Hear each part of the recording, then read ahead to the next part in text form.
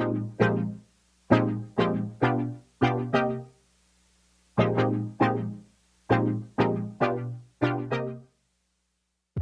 you again for the opportunity, and really great to talk to you all today about what's going on in the world of investing for plant-based protein and cell-based protein, and specifically to give you an idea of the differing points of view between financial venture investors and corporate venture investors. There are differences and there are similarities in the two. We're going to go through these slides, and I promise there's not a lot of words on them, so you'll be hearing me talk more than you all be reading. But as we look at this slide here, where we talk about where meat consumption is highest and lowest around the world, I highlight these areas because they're important for a couple of reasons. The U.S., Australia lead, along with Argentina, lead the world in terms of per capita meat consumption. The two countries I've highlighted that aren't currently leading, but will be soon, are China and India.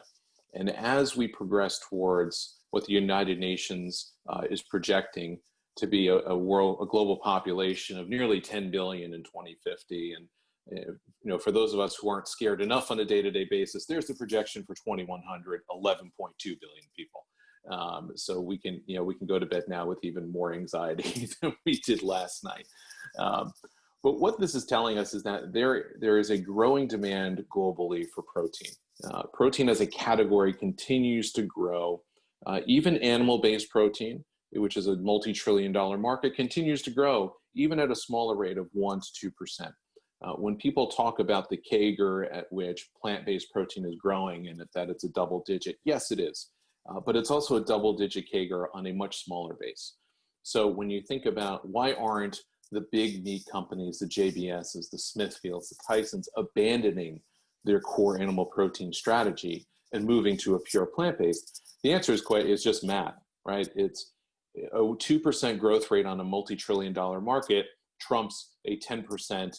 I promise I try not to use that word too much today, but trumps a double-digit CAGR on a smaller base. So the meat companies are starting to play more and more of an active role in the alternative protein, but they continue to invest at a significant pace to continue to expand their what we call the terrestrial proteins, the animal-based protein products.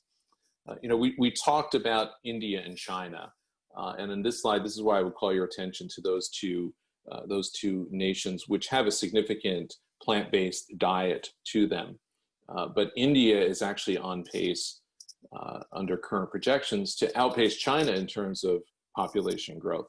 And by 2050, we'll have nearly 1.7 billion people living there. And when we think about, we at BIV are actually working with the folks at GFI around programs in India to address plant-based protein development. What's critical to think about here is, and we've seen this with the COVID-19 pandemic in the US, other nations around the world have dealt with this on a day-to-day basis. We in the US have been lucky not to have to until COVID hit. And that is the fragility of our food supply chain. I never thought in my generation, let alone my children's generation, that we'd be in a position where grocery stores were running out of product, whether that be milk, whether that be protein, whether that be bread or other products. And it wasn't so much a capacity to produce issue, right? COVID's not a foodborne illness. It wasn't a food safety issue. It was a worker capacity issue, right? And the challenges that firms like Tyson, Smithfield face in their plants is that there's just far too many people working in the same proximity to each other. So when you have that vectoring, when you have that closeness of working, it's hard for that virus not to spread. And that's what really snapped our supply chain. And the speed at which it broke was really frightening. For those of us who worked in the food industry, it wasn't that shocking. We all knew what a just-in-time inventory system we had really became in terms of delivering product to customers. And customers for us at Tyson were Kroger, Albertsons, grocery stores, fast food, QSRs, and food distributors like Cisco and US Foods. And then that trickled down to the consumer, right? So we have a logistics problem in the US. Going back to this projection of population, we currently produce enough calories as a world to feed 10 billion people. We just do a really crap job of delivering it to those who need it the most. So that's a logistics problem. that's a problem that can be addressed with technology. And that's one of the areas that we're focusing on investing at BIV. When we talk, people are always asking us, what's driving consumers to plant-based protein? And as with anything complex or consumer related, there's never one answer. I can't point you to one thing and say it's purely this or it's purely that. So we look at this cycle of what is driving consumers to this area. And first, we'll start at the top, consumer focus on health and wellness. There are beliefs out there that plant-based diets are a healthier form of living. I personally ascribe to the everything in moderation school of thought. So I'm not a vegan, I'm not a vegetarian, I'm not a pescatarian, flexitarian, reductarian, or whatever-tarian. I tend to eat, unfortunately, what I like, to much to the chagrin of my waistline.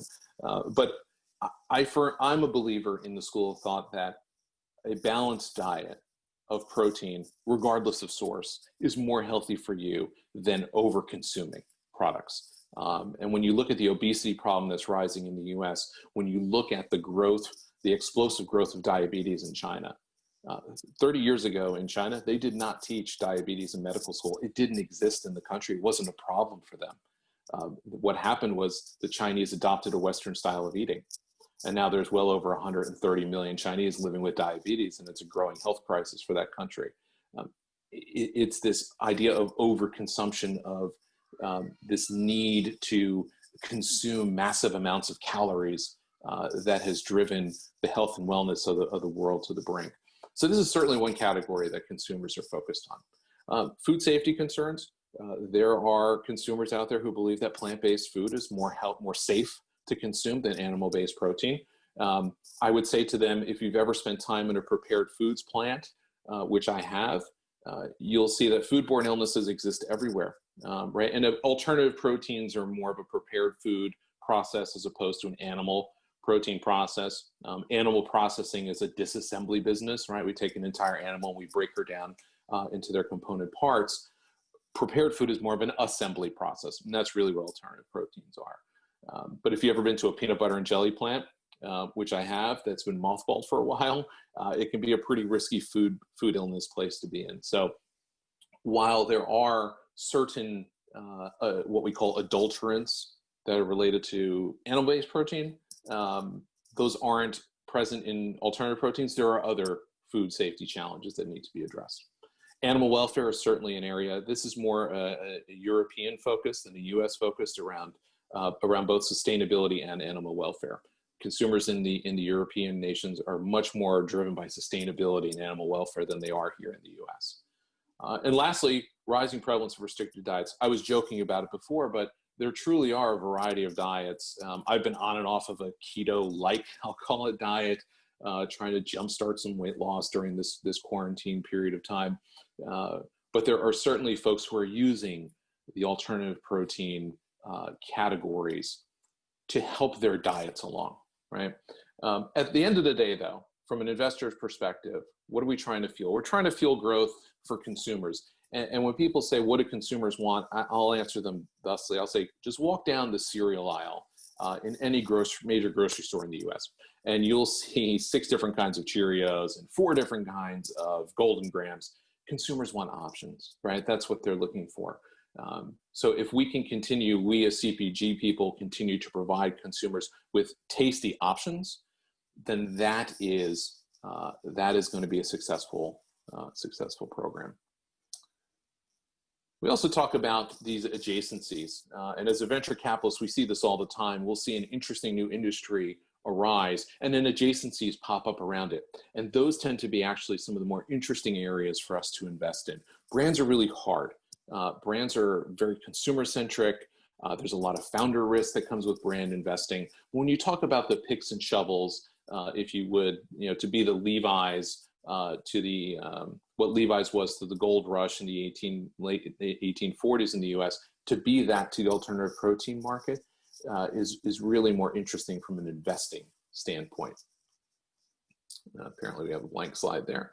So when we talk about what are the big brands doing here, and why are they investing, right? So Tyson, I worked there for just under 3 years, helped to run their venture portfolio. Certainly had a great team with me.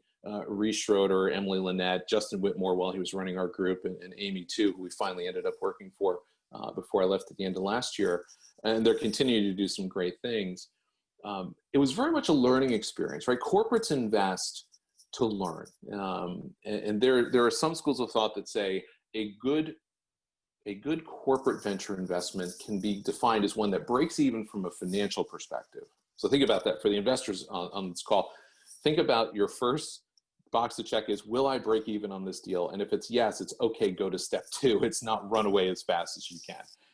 So check 1, I will at least break even on this deal, move on to number 2. Number 2 is, will I learn something? Will my business units gain some knowledge from this investment? And I think it's safe to say, with the Beyond Meat investment, Tyson certainly did. I mean, they launched their own business unit. My old boss, Justin Whitmore, runs that business unit now. They have 2 products out there, and I'm certain that there are more in the development pipeline.